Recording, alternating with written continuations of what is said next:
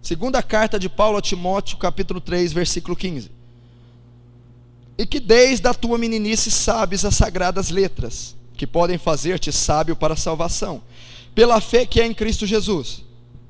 Toda a escritura divinamente inspirada é proveitosa para ensinar, para redarguir, para corrigir, para instruir em justiça, para que o homem de Deus seja perfeito e perfeitamente instruído para toda boa obra.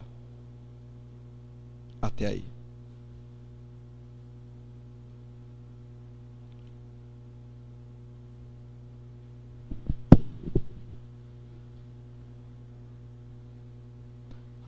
Então anote a primeira referência da aula, 2 Timóteo 3, 15 e 16. 15, 16 e 17. Você pode colocar aí primeiro princípio para ser obreiro.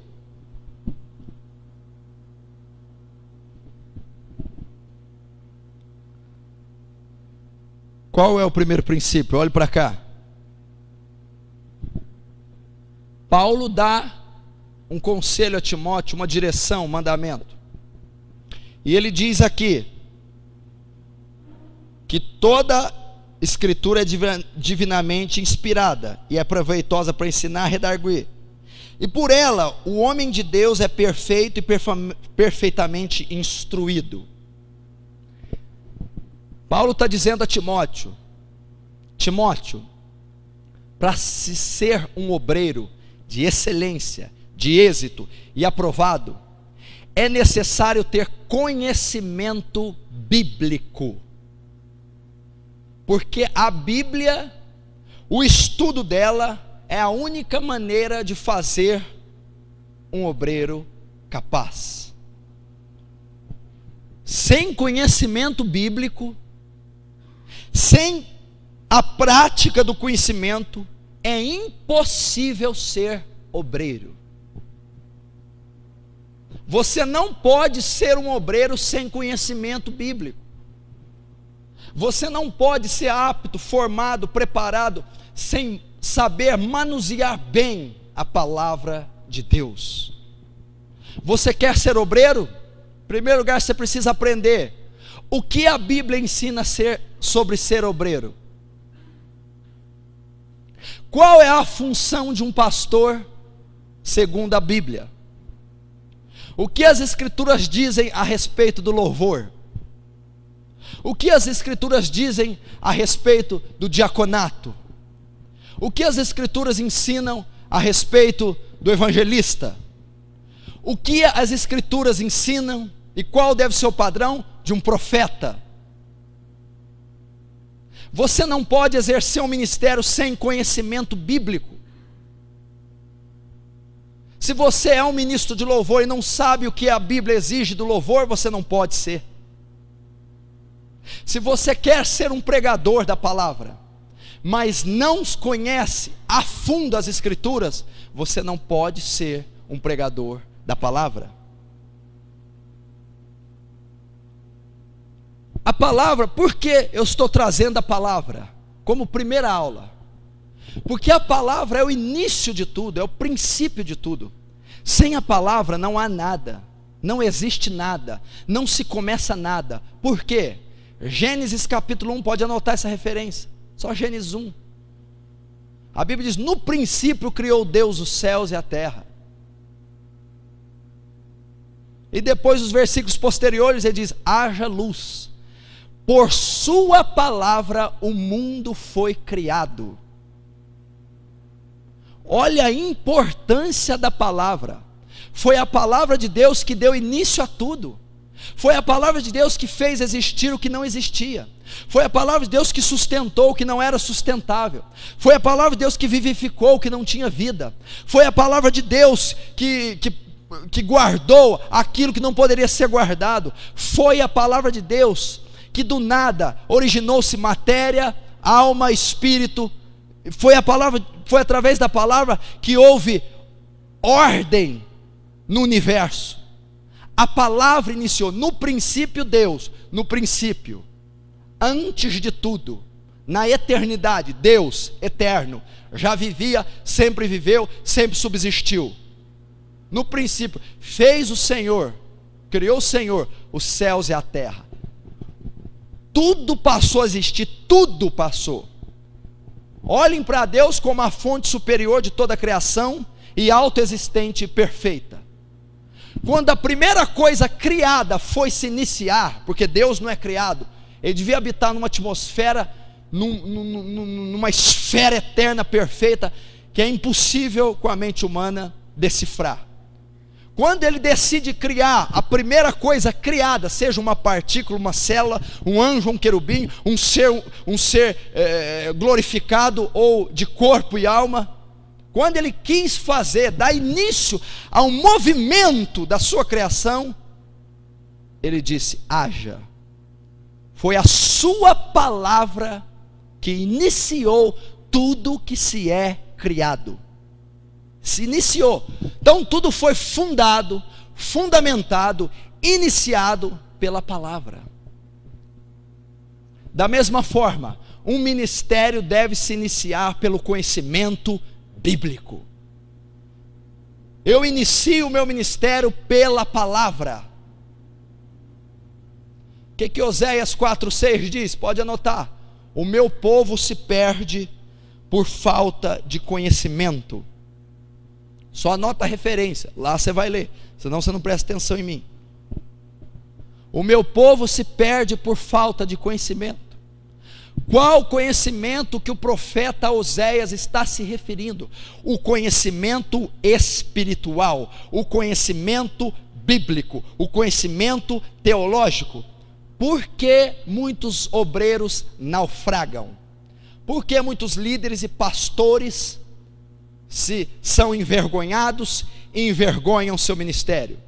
Porque as ovelhas estão perdidas, sendo destruídas, porque não há conhecimento bíblico, não há conhecimento escriturístico por parte delas, não há conhecimento profundo. O que se faz é tirar um texto fora do contexto e fundar sobre esse texto uma doutrina. Essa doutrina, por sair do contexto e ter o texto isolado, se torna heresia, se torna anticristã, combate muito mais a fé do que auxilia. O profeta diz isso, Provérbios 29:18, pode anotar, só a referência. Não havendo profecia, o povo se corrompe. Em outras traduções diz assim: não havendo conhecimento da palavra, o povo se perde. Se você não possui conhecimento da Bíblia, você vai se perder. Se você não possui, você não pode iniciar algo que iniciou tudo. Você não pode sequer tocar um teclado. Você não pode, irmão, pregar uma palavra, se você não tiver respaldo bíblico. Então, o primeiro grande princípio para se tornar um obreiro aprovado: conhecimento profundo das Escrituras, estudo diário exaustivo da palavra. Tem que haver isso, senão você não vai conseguir ter êxito. Conhecimento exaustivo. Por que você acha que há um naufrágio da fé? Uma geração sem fé, incrédula. Por quê? Falta do conhecimento da palavra. Como você me prova isso? A Bíblia diz em Romanos que a fé vem pelo ouvir, e o ouvir a palavra. Não se tem fé por cultura, não se tem fé por paternidade espiritual, não se tem fé por qualquer outro artifício, só se tem fé mediante ao conhecimento das Escrituras. E sabe o que eu me levo a pensar? Está cheio de gente da igreja que tem fé emocional, não é fé bíblica. A pessoa, se ela está dentro de uma igreja e não tem conhecimento bíblico, ela não tem fé. Porque a fé só pode ser produzida pela palavra. Não existe fé da emoção, fé do conhecimento cultural, fé da árvore genealógica. A fé só se vem por conhecimento bíblico. Romanos diz: a fé vem pelo ouvir e ouvir a palavra. Então deixa eu te dizer, se você está na igreja, como é que você vai tomar posse das promessas de Deus se você nem as conhece? Você não pode receber o que você não tem conhecimento. Você não pode crer naquilo que você não conhece. Então a nossa fé é nula, é emocional, é uma fé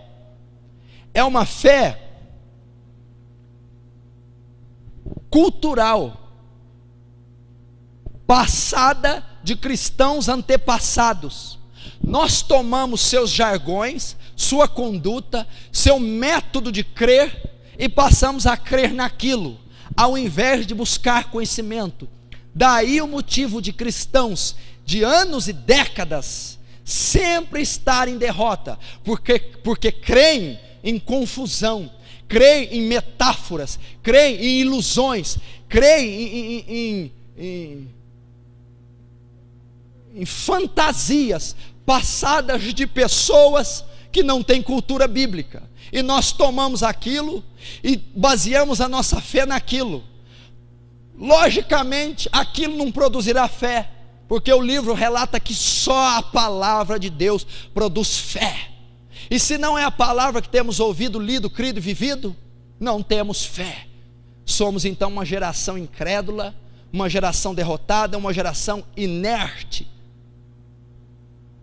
Quem te disse que muitos princípios cristãos que você crê são bíblicos? Não são, são culturais. Deus, eu tomo posse da bênção. Deus, o Senhor veio para que desse vida e vida em abundância, prosperidade, riqueza, só coisa boa, e você crê nisso. Quem te disse que isso é bíblico? Você só aceita porque você não tem conhecimento bíblico, você engole o que te passam. Essa vida espiritual de João 10:10 está dizendo da regeneração, do novo nascimento, da vida em Cristo. Quem te disse que Deus veio satisfazer desejo material? Teologia da prosperidade. Não há um relato disso no Novo Testamento, nem nas cartas de Paulo, nem nas epístolas gerais, e nem nas cartas de João, seguindo do Apocalipse. Não há isso. Mas você crê e vive esperando o carro e a casa, botando fé nisso, e nunca recebe, porque a fé vem pelo conhecimento bíblico e não por crendices denominacionais ou culturais eclesiásticas. Não vem. Então olha o início, até para se ter fé. E um obreiro que não tem fé, como é que vai ser obreiro se ele não tem fé? E por que ele não tem fé? Ele não tem acesso às Escrituras, ele não tem conhecimento profundo das Escrituras. E se você quer anotar a referência, é Romanos 10:17, que a fé vem pelo ouvir, e o ouvir a palavra.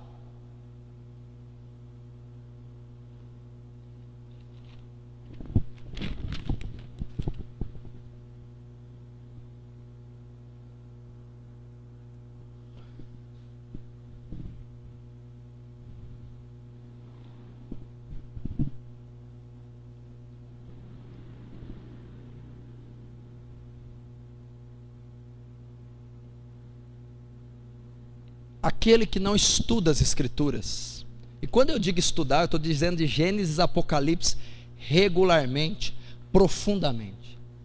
O cristão que não estuda as Escrituras nunca será um cristão maduro, nunca será um obreiro, nunca será um cristão forte, sábio, porque a verdadeira sabedoria não vem da terra, vem do Pai das luzes.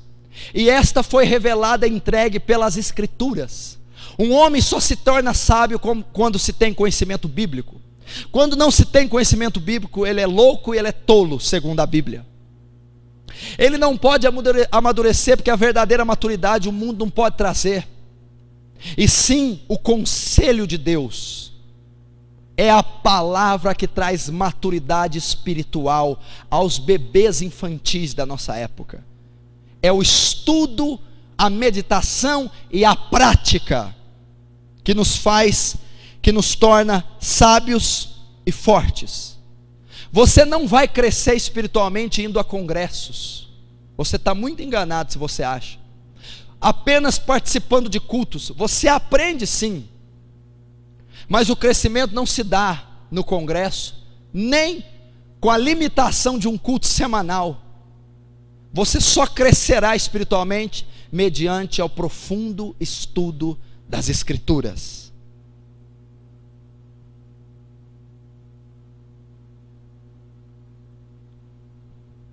Você deve buscar saber o que as Escrituras ensinam dia e noite. Outra regra é os obreiros.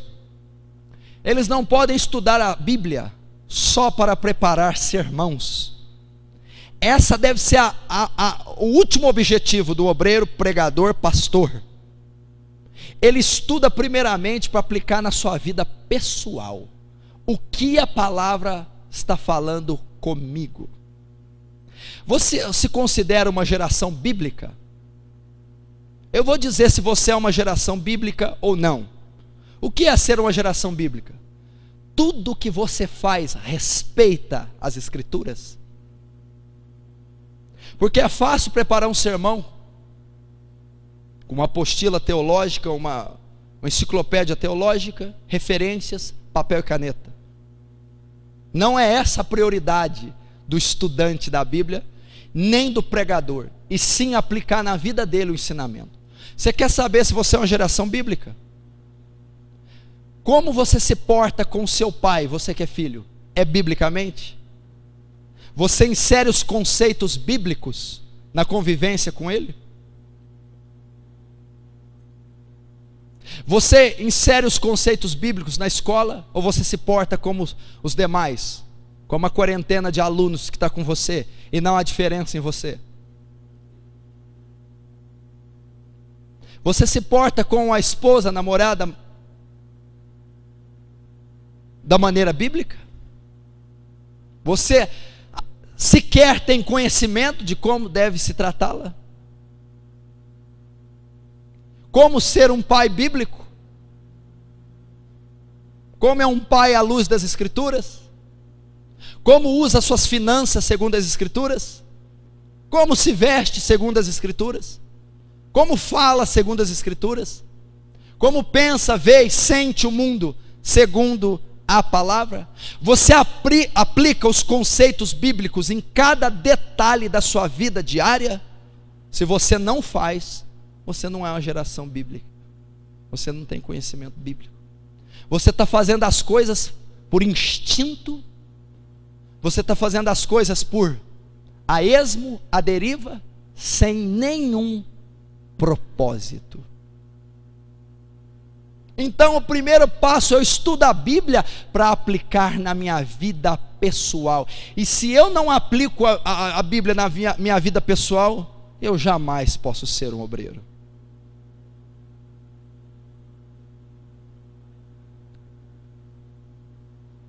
Paulo, escrevendo a Timóteo, diz também a Timóteo: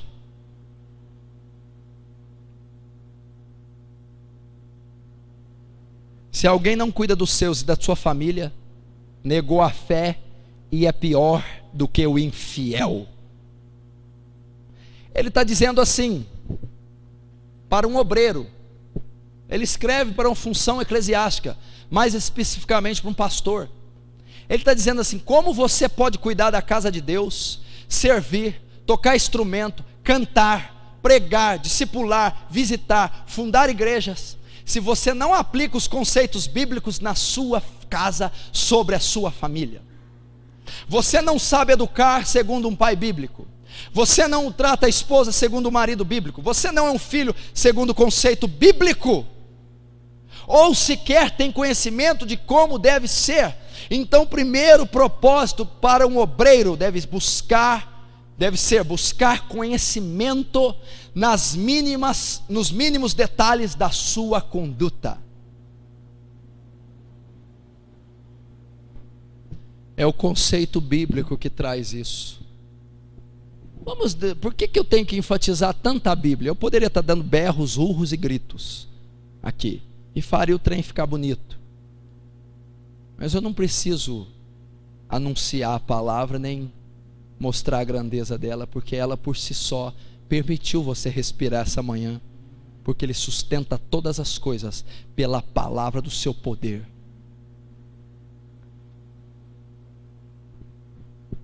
Porque temos uma vida débil, fraca, e não vencemos o nosso caráter.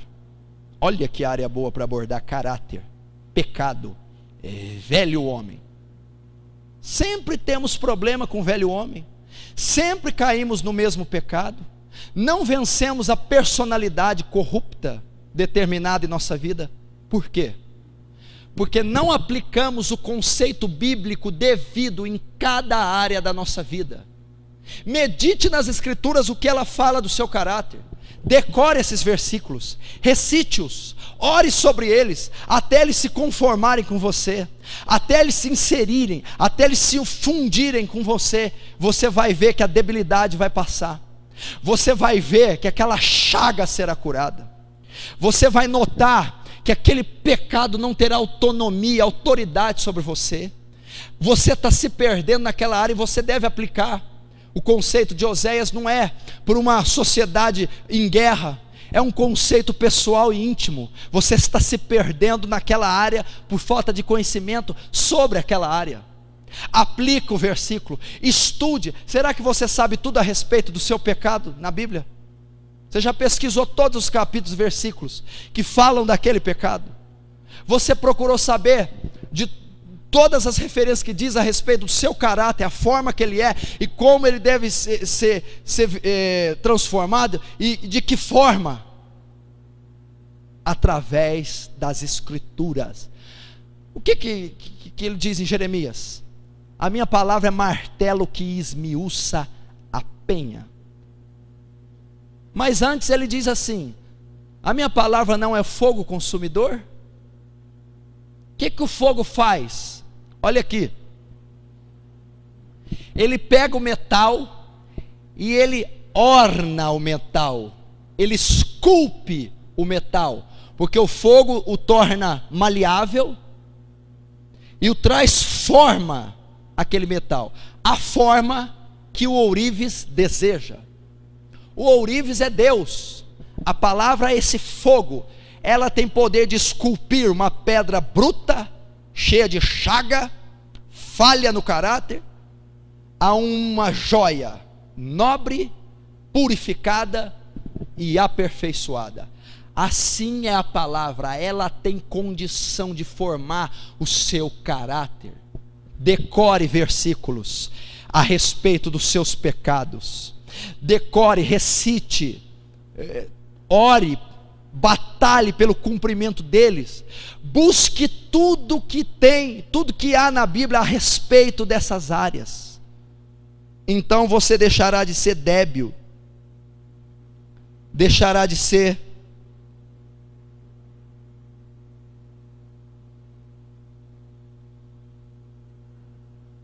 fraco,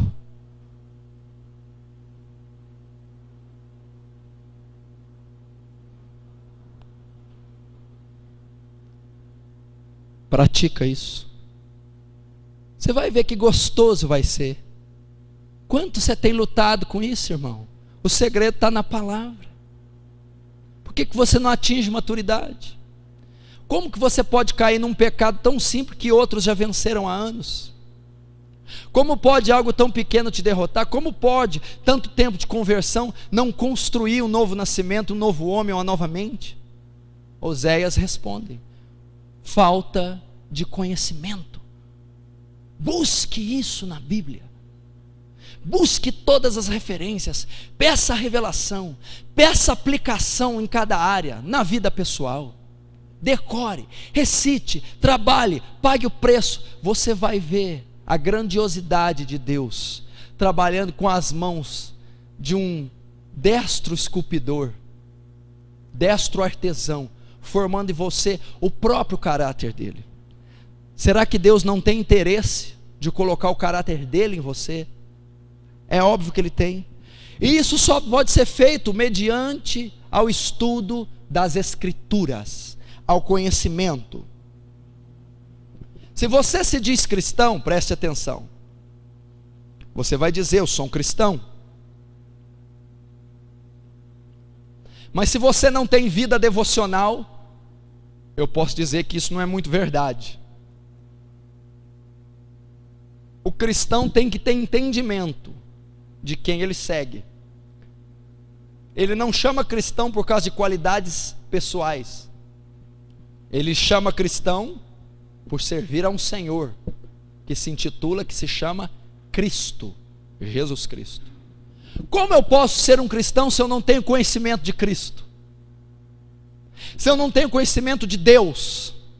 Se eu não tenho conhecimento da razão da fé cristã? E como eu tenho conhecimento? Mediante uma vida devocional, estudo, meditação e oração.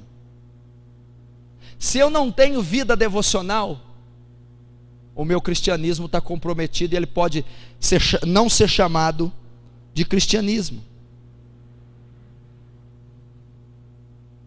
A Bíblia diz em Romanos 12 o quê? Para transformai-vos pela renovação da nossa mente. Rogo-vos pela compaixão de Deus que apresentei vosso sacrifício santo e agradável a Deus, que é o vosso culto racional, e não vos conformeis com esse século, mas transformai-vos pela renovação da vossa mente. Eu vou te dizer aonde alguns estão perdendo aqui. Romanos 12. Olhe para cá. Não está havendo transformação diária na sua mente, devido à falta de devocional. Essa transformação não se efetua em um dia, em um momento. Essa transformação é que, segundo Coríntios 3,18 diz, pode anotar, que eu cresço de glória em glória. Essa transformação se dá mediante as Escrituras. Mediante as Escrituras. Você só é renovado na mente pelas Escrituras. Vou dar um exemplo. Tem semanas que está bem, meses ou anos bem ou mal, oscila. Naturalmente, os meses que você está mal, sua mente está carnal. Você está carnal. Você está com a fé comprometida. Você perdeu conceitos bíblicos. Por quê? Falta de renovar a sua mente. Não conformeis com esse século. O que a Bíblia diz? O que é isso? Não vos adapteis, não vos fascineis, não vos interessais por esse mundo, por esse século.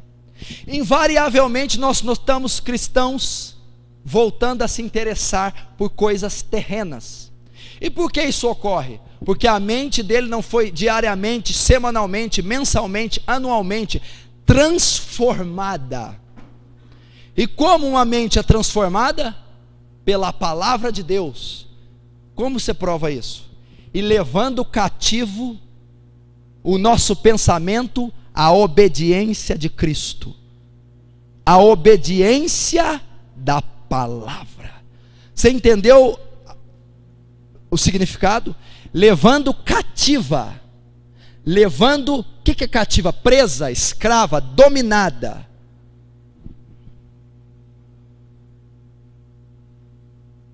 Olha aqui. Estava discipulando uma pessoa essa semana. E eu disse a ele sobre a aliança com Deus. Nós não podemos quebrar a nossa aliança. Como nós quebramos a nossa aliança? Quando não cumprimos os mandamentos e os preceitos de Deus. Nós quebramos. Então o vasto conhecimento que você pode adquirir, se não for acompanhado do cumprimento, que é a aliança com Deus, não tem valia. O que adianta tanto conhecimento se você não aplica ele na roupa que você põe, no telefonema que você dá, ou nos embates da vida? Aquela situação financeira, por que você não aplicou o conceito cristão para lidar com ela? Aquele bate-boca com a família, ou o vizinho, ou a pessoa do trabalho, por que você não aplicou o conceito cristão para tratar aquilo? O que adianta eu conhecer, se ferir a tua face e dar a outra, se eu não aplicar? Se eu tenho uma aliança com aquele que fez comigo no Calvário, pela aliança com ele, eu ofereço a outra face. Primeiro eu adquiri conhecimento, porque eu estava na ignorância. O conhecimento me trouxe revelação, me trouxe direção, me trouxe luz. E a revelação me trouxe a aplicação.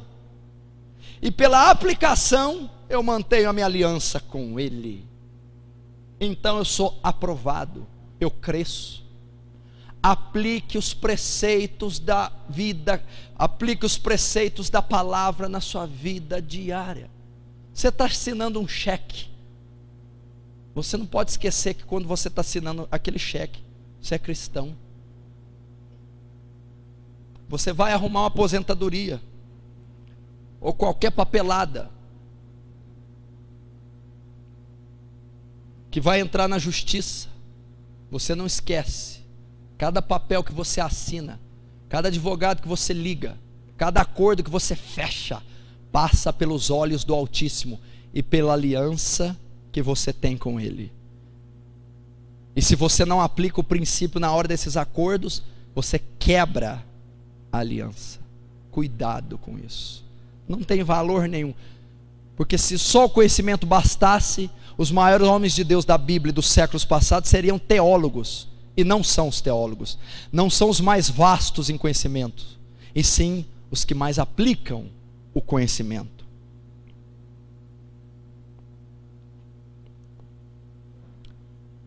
Você tem que ser conhecido, presta atenção, o cristão tem que ser conhecido, principalmente o obreiro,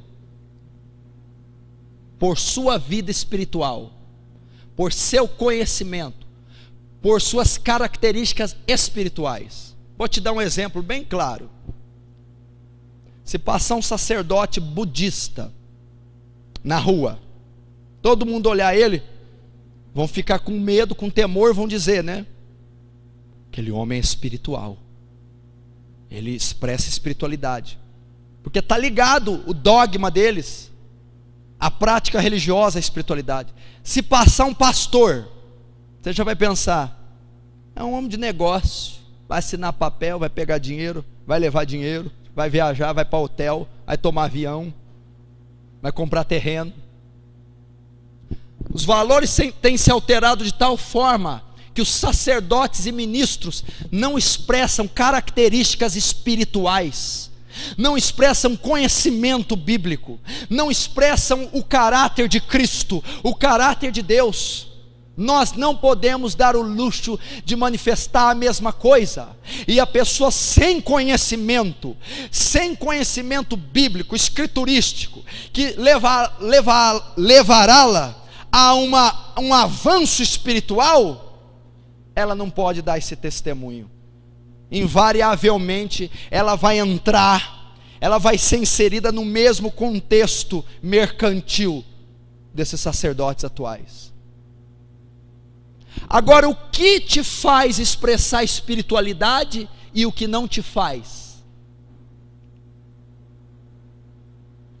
O martelo, o formão, o fogo esculpidor da palavra.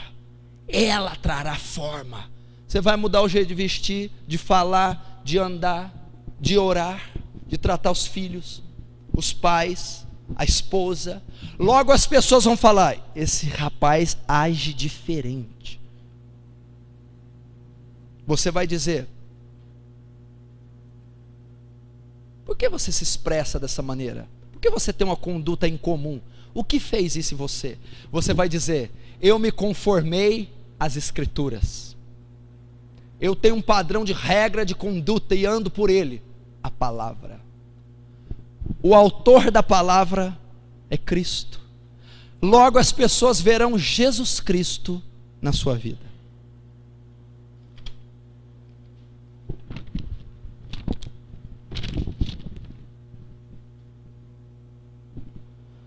Vamos continuar.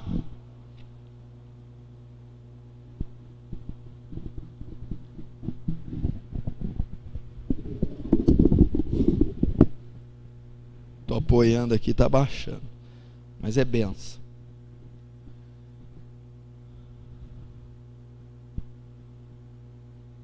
Vamos agora falar dos ministérios. A Bíblia descreve em Efésios ministérios, descreve no Velho Testamento outros ministérios, nas cartas de Paulo falam de ministérios, e todos que estão aqui já estão engajados em algum ministério, ou estarão sendo preparados para outros ministérios. E há ministérios diferentes. Quando Paulo, escrevendo aos Coríntios, usa o corpo humano como modelo da igreja, que tem vários membros interligados, e cada um funciona diferente, porém para o corpo. Meu ministério é do louvor. Meu ministério é ser músico do louvor. Meu ministério é cantar no louvor. Meu ministério é pregar a palavra. Meu ministério é evangelizar. Meu ministério é dons proféticos. Para você que exerce o ministério, para você que quer exercê-lo, você também não pode ser um obreiro aprovado, e não pode exercer esse ministério sem o conhecimento bíblico adequado. Você não pode. Como é que você vai trabalhar numa empresa de aviões se você não sabe nada de aviões? Como é que você vai pilotar um avião com 300 pessoas se você não sabe pilotar um avião? Como é que você vai cantar, louvar ao Senhor, se você não sabe nada acerca do que Ele pede do louvor e de quem Ele é? Como é que você vai ser pastor, se não sabe qual é a conduta e a posição adequada de um pastor, e como deve ser o tratamento dele para com o rebanho? E aonde está contida as informações, os conceitos, mandamentos e princípios para cada ministério? Na palavra de Deus. Boa vontade, boa intenção, sem conhecimento não resulta em nada. Então eu devo procurar o conhecimento adequado para minha função na igreja. Se eu quero ser um obreiro, eu tenho que saber o que Deus exige de um obreiro. Um diácono, o que Deus exige de um diácono, o que Deus exige de um pastor, de um profeta, de um evangelista, de um apóstolo, de um ministro de louvor. Louvor, por exemplo. Quantos aqui devem ter chamado para o louvor? Quantos aqui já são do louvor? Você sabe o que Deus exige do louvor? Você sabe qual é o tipo de louvor bíblico? Você já estudou de Gênesis a Apocalipse para saber tudo que a Bíblia exige e indica a respeito do louvor? Como era o louvor no Antigo Testamento? Como era o louvor no Novo Testamento? Qual é a postura de um ministro de louvor? O que um simples músico deve fazer à luz da Escritura? O que Deus exige de um baterista, de um tecladista? O que a Bíblia fala sobre compor a equipe de louvor? Então eu não posso ser um ministro de louvor aprovado sem saber quais as direções bíblicas para aquele ofício. E se eu as estiver fazendo sem o conhecimento, eu não estou atirando no alvo. Eu não vou atingir a expectativa divina, porque me falta conhecimento. E hoje você nota no louvor, literalmente a lambança que é, desde a composição, aos ritmos e melodia, a gravação dos CDs e a apresentação dos shows.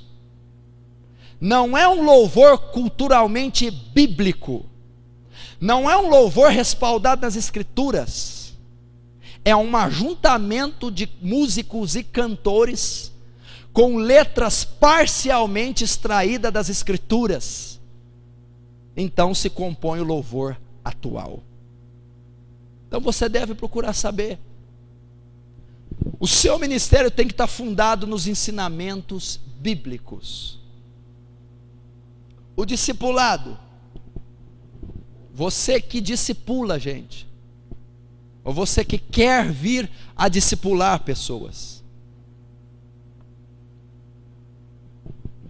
você quer vir discipular pessoas, você já foi à Bíblia para saber o que a Bíblia exige do discipulado?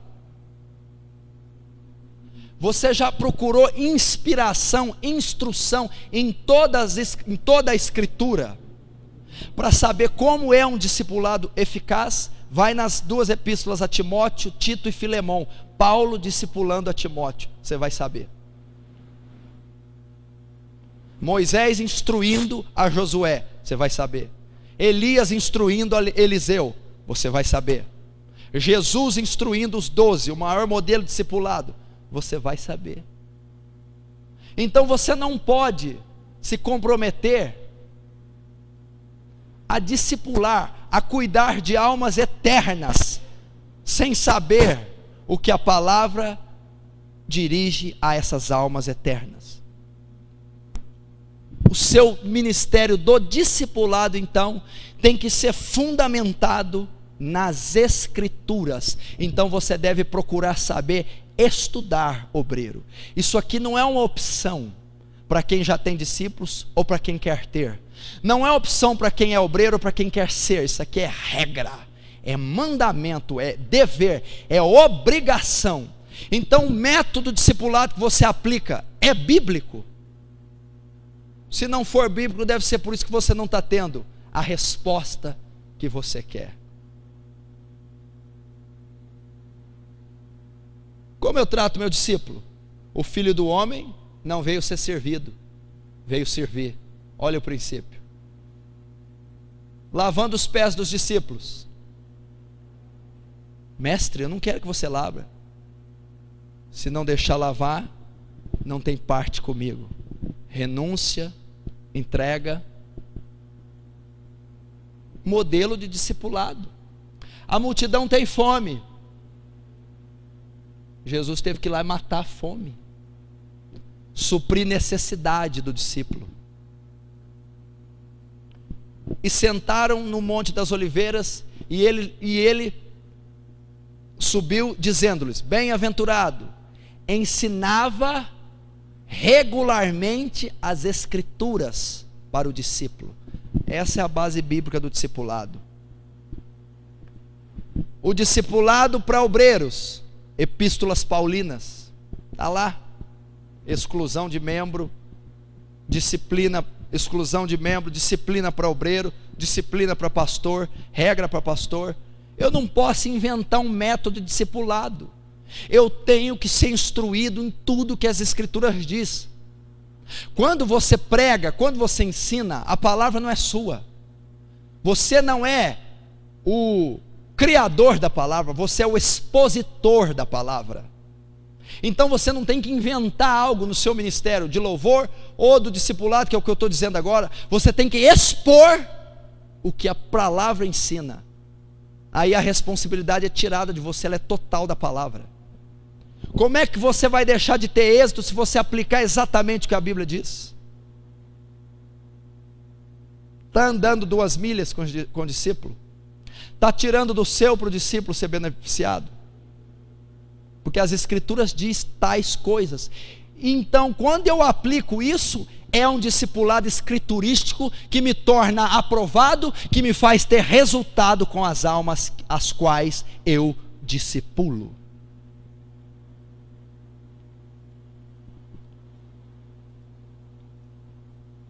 Preciso saber o que a Bíblia fala de casais. Você está cuidando de casais? Quer cuidar? O que a Bíblia fala de casais? Como se cuida de casais? Como se discipula casais? Como se dirige a um casal? A Bíblia é explícita ao falar das viúvas. Como eu devo visitar uma viúva? Como eu devo cuidar de uma viúva? Tratar uma viúva? Já procurou saber o que a Bíblia diz sobre viúvas? Tem regras, tem conceitos específicos só para viúvas na Bíblia. Eu tenho que saber.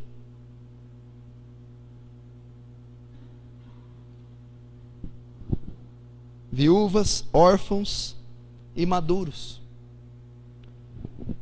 Vá para a palavra. Você está entendendo, irmão? Tem uns que estão descaindo o semblante com razão, só conhece João, Marcos, Mateus e uma meia dúzia de salmo. Não há essa possibilidade, não tem eficácia. Nós lutamos com espíritos territoriais, contra uma sociedade corrompida e apóstata, contra homens caídos e degenerados, contra o caos e a imperfeição do universo. Como nós vamos vencer com boa vontade? Impossível ter êxito. Você acha que Paulo foi o fenômeno que foi por acaso? Por soberania de Deus? Você acha que Moisés foi quem foi? Você acha que Jonathan Edwards, John Wesley, Martim Lutero foram o que foram por acaso? Eles se conformaram às Escrituras, eles buscaram a Deus sobre todas as coisas, eles aplicaram cada conceito meditado na sua vida particular, então se tornaram a monstruosidade espiritual, se tornaram o esplendor espiritual que foram em suas gerações. Paulo era um poliglota, um erudito, era da tribo de Benjamim, era fariseu, falava aramaico, romano, era conhecedor da lei, foi um conhecedor nato da graça. Como é que um homem podia fundar igrejas, discipular dezenas de obreiros, combater as doutrinas e as heresias falsas, sem conhecimento adequado? Jamais. Então o seu ministério específico, você deve saber tudo a respeito dele, você deve procurar. Sobre evangelismo, você evangeliza? Você quer ganhar almas? Você já está evangelizando? É o seu sonho ganhar almas? Você tem ganho? Quer ganhar? Vai ganhar? Talvez o ministério evangelístico específico, mas também tem a ordem de ir de pregar o evangelho a toda criatura, que se estende a todos os cristãos. Você sabe como é biblicamente evangelizar? Você sabe o que a Bíblia ensina de como ganhar almas? Ou você evangeliza porque você ouviu falar, Jesus te ama? Igreja neopentecostal aborda uma alma, ou um parente, um colega. Deixa eu te falar uma coisa, sabia que Jesus te ama? Me fala onde está escrito isso na Bíblia. Me dá um texto que o método de evangelismo é esse. Não existe. Como que se aborda um ímpio? Como que se dirige a ele? Como que se vai? Como que se ganha? Como que se retira ele do mundo? O que é necessário para ganhar uma alma?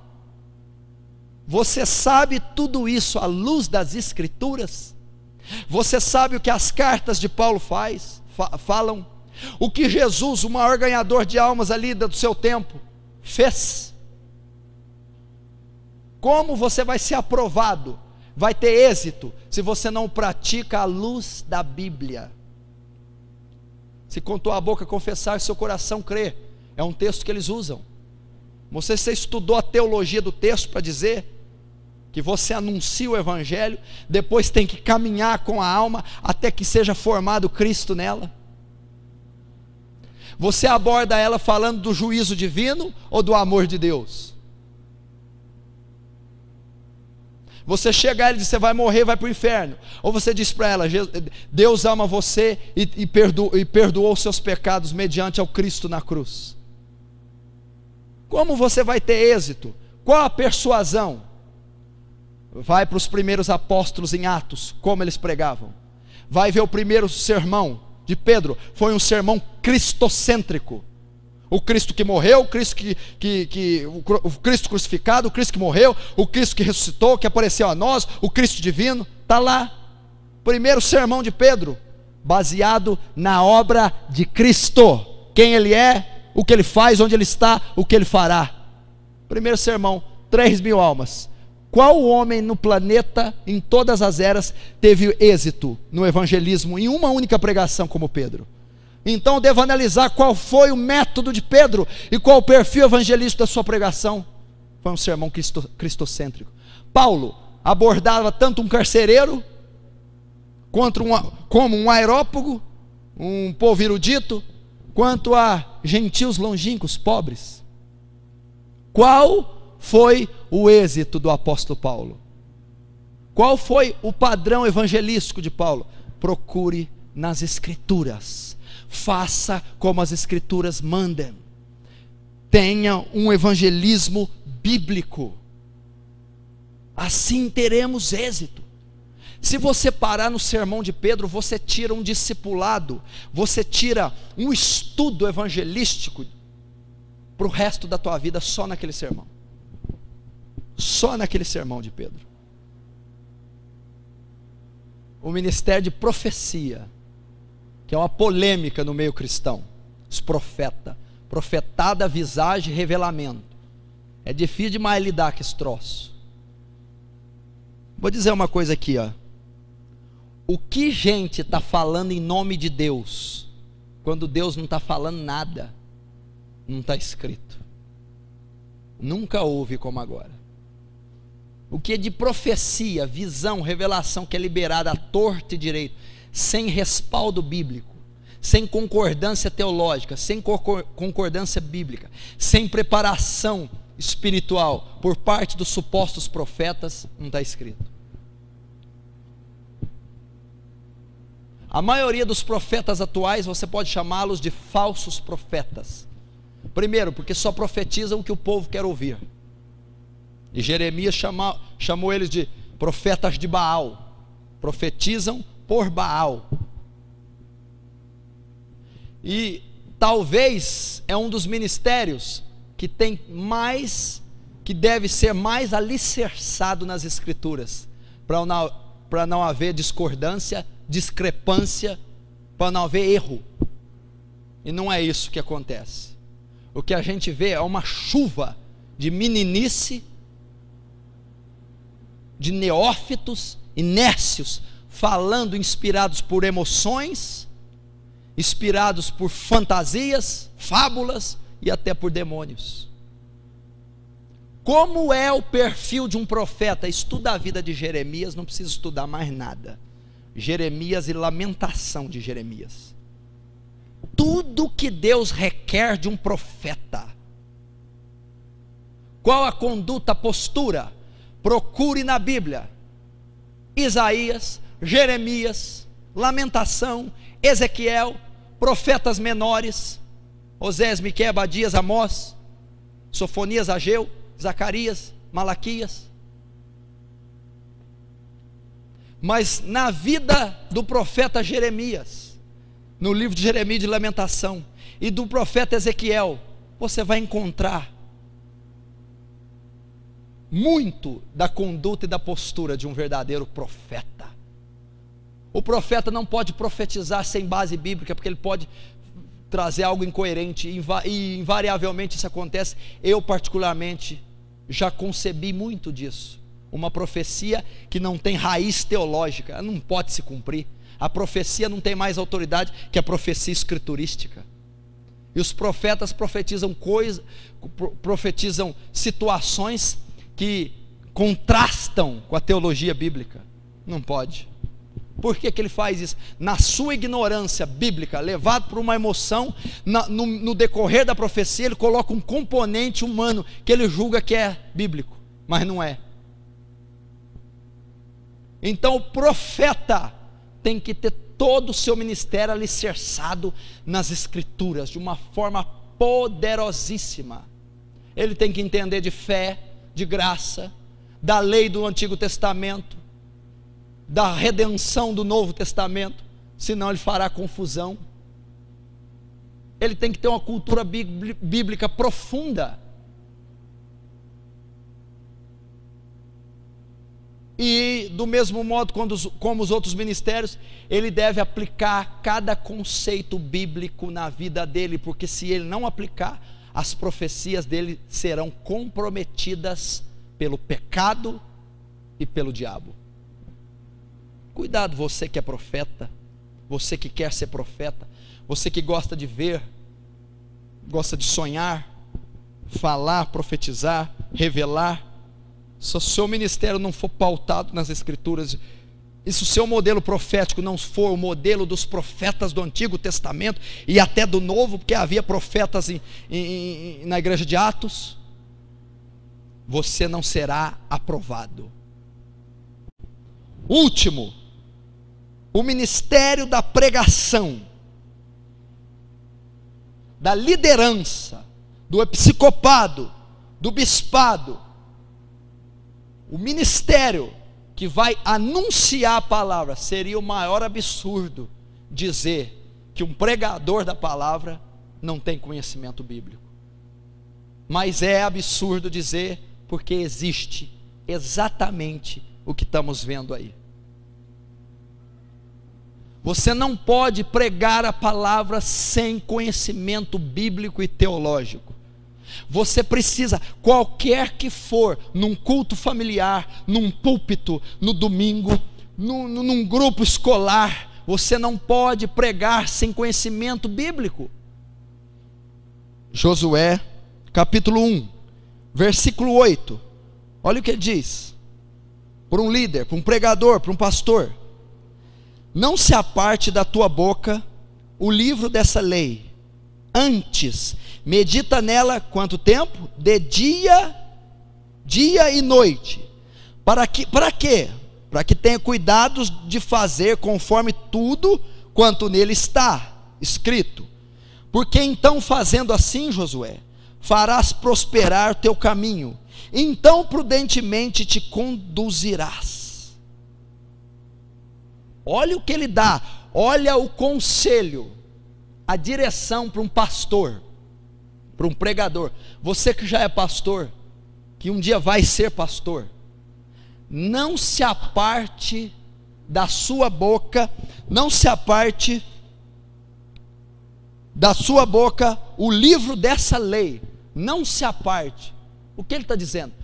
Em todas as suas expressões, em todas as suas direções, decisões, porque está falando de liderança, vai fechar negócio, vai dirigir, aconselhar um grupo, vai pregar um sermão, vai tomar decisões alheias ou pessoais, a palavra de Deus tem que estar continuamente na boca do líder e do pregador. Não se aparte, antes medita de dia e de noite.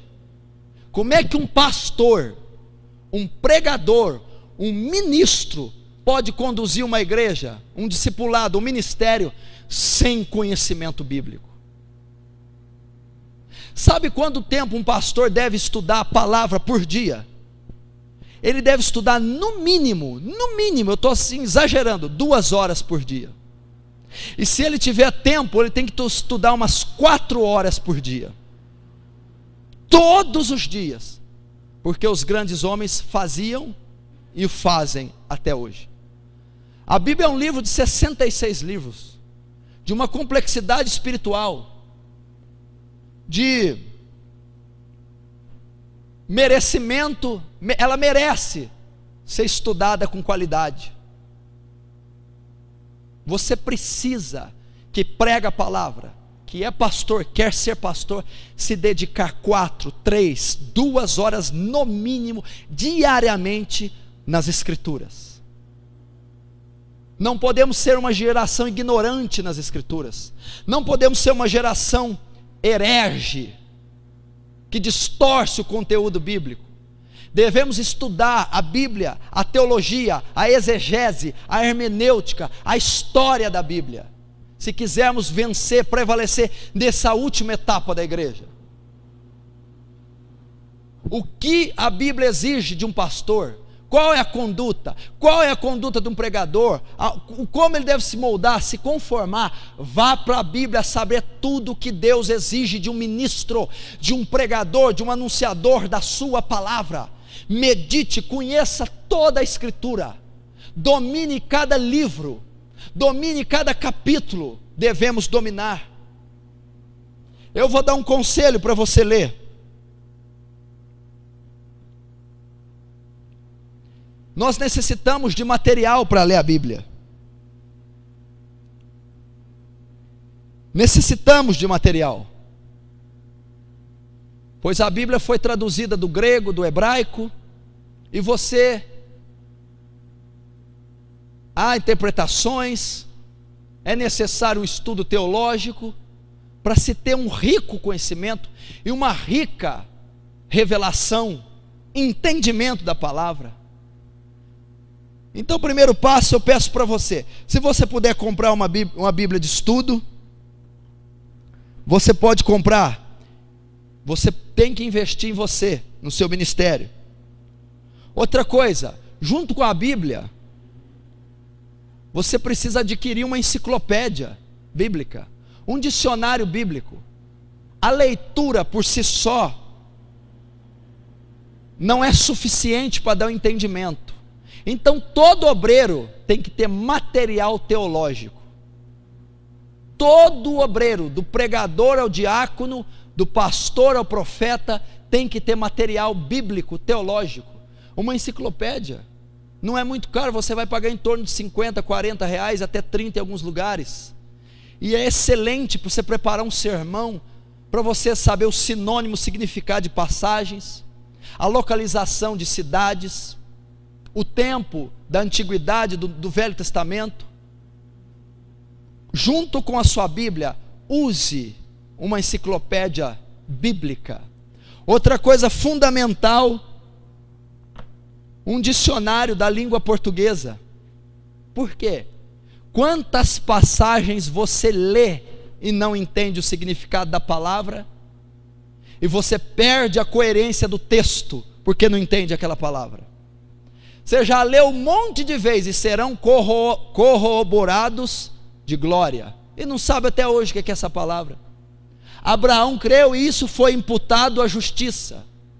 Você não vai entender jamais o significado do versículo, se você não procurar o que quer dizer imputado. Atribuído. Você precisa acompanhar a sua leitura com um dicionário da língua portuguesa e com uma enciclopédia bíblica. Outros materiais para o seu crescimento. Você deve investir em literatura. Você que é pregador, pastor, quer pregar. Livros cristãos, de autores aprovados. Eu citaria para você livros do A.W. Tozer, que está aqui, livros do Charles Spurgeon, está aqui, livros do Dr. Martyn Lloyd-Jones, estão aqui. Você pode ler alguma coisa sobre os puritanos, está aqui também. Da linha pentecostal, respeitadíssimo, do David Wilkerson, está aqui. Você pode também comprar. Resumindo, o pregador, ele necessita ter uma biblioteca pessoal. Gaste dinheiro com livros. Muitos desses livros aí estão entre R$20, 15, 30. Os mais caros não passam de 30. Você já imaginou você comprar um livro por mês? Muito barato. Em um ano você terá 12 livros. Em 2 anos você tem uma biblioteca. Em 3 anos você pode ser um pastor, um ministro. Invista em material bíblico. Gaste, imagina 2 horas estudando 5 capítulos da Bíblia, com uma enciclopédia, um dicionário e a revelação do Espírito. Quanto dali você não vai retirar? Para o estudo da Bíblia, ele requer dor, força. São os obreiros na mina, garimpando, cavando, até achar pedras preciosas. Assim deve ser o estudo bíblico. Eu não posso ler uma passagem, e virar. Não, eu devo estudá-la, saber a interpretação, saber o original dela, saber o sinônimo. O Espírito vai me revelar a tradução. Então eu trabalharei e estudarei até garimpar tesouros, porque a Bíblia diz que nela todos os tesouros estão ocultos em Cristo. Então você terá um conhecimento muito mais profundo de determinada passagem, determinado livro. Deus te dará revelação, Deus te dará aplicação prática na tua vida. E o pregador, o pastor, deve se dedicar ao estudo diário das Escrituras com material teológico. Senão você vai ser mais um desses aí, que está falando inúmeras besteiras na TV, que prega um evangelho distorcido, que não tem a hermenêutica, a exegese boa, que é um evangelho que um evangelho que mais interrompe o cristianismo, que mais emperra, ata, acorrenta, do que edifica o cristianismo. Porque o cristianismo atual, o evangelho atual, ele é um evangelho distorcido. O que é o evangelho distorcido? É o meio evangelho. O que é o meio evangelho? É o texto tirado do contexto.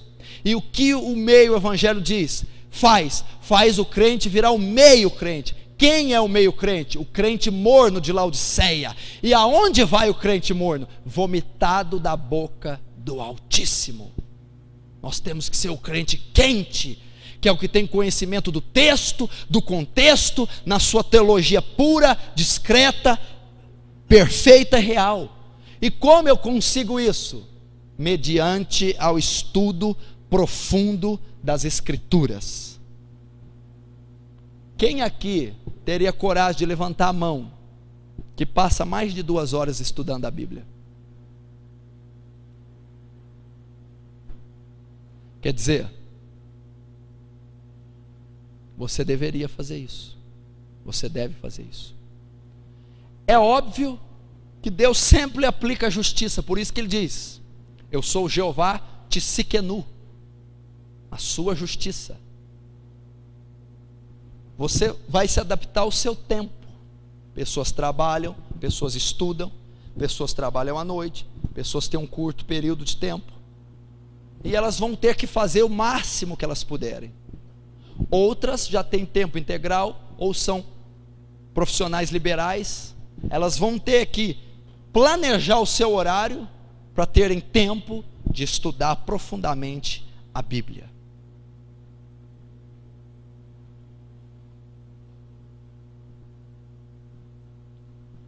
E vou encerrar com Isaías 8:20. Abra lá.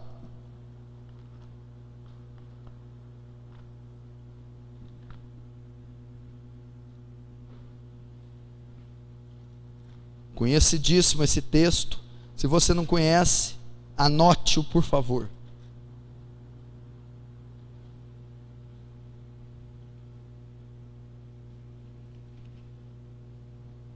Isaías, olha que texto lindo, incrível.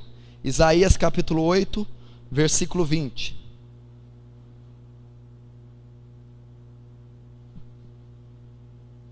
A lei e ao testemunho, se eles não falarem segundo essa palavra, nunca verão a alva.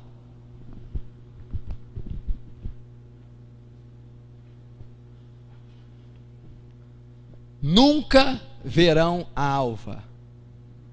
Entendeu o que o texto diz? Anote. Ele está dizendo assim, trazendo para o ministério. Isaías 8:20, olhe para cá agora. Se a lei e o testemunho não falarem segundo a palavra, nunca verão a alva, nunca verão o amanhecer, nunca terão êxito, nunca terão vitória, nunca terão progresso, nunca prosperarão. Como eu nunca verei a alva? Se eu não falar segundo a palavra, se eu não andar segundo a palavra, se o meu ministério não for fundado, pautado na palavra, eu não verei o amanhecer, eu não terei êxito. É segundo a palavra. Então, início para o ministério, você vai estudar a Bíblia como nunca. Você vai investir em material, se você quiser, nomes, títulos de livros, enciclopédias e dicionários. Nos pergunte ao pastor Danilo e vamos te indicar. Reserve momentos para estudar, para saber o que Deus exige da sua função no corpo de Cristo. Depois de saber o que ela exige da função e de você como homem, como pai, esposo, como ser humano, qual é a postura de um cristão? Vá para a Bíblia, e o que ela falar, ensinar você, aplique cada conceito e preceito na sua vida diária. Então você se tornará um cristão, um obreiro, um homem de Deus aprovado, porque a palavra de Deus é um fogo devorador, consumidor, e é martelo que esmiuça a penha, pois a palavra de Deus é viva e eficaz, mais cortante de qualquer espada de 2 fios, e penetra até juntas e medulas, a divisão da alma e do espírito, e é apta para discernir a intenção do coração humano. Ela fará você poderoso. A palavra de Deus. Volte-se para a palavra, medite na palavra, obedeça a palavra. Amém? Vamos colocar de pé.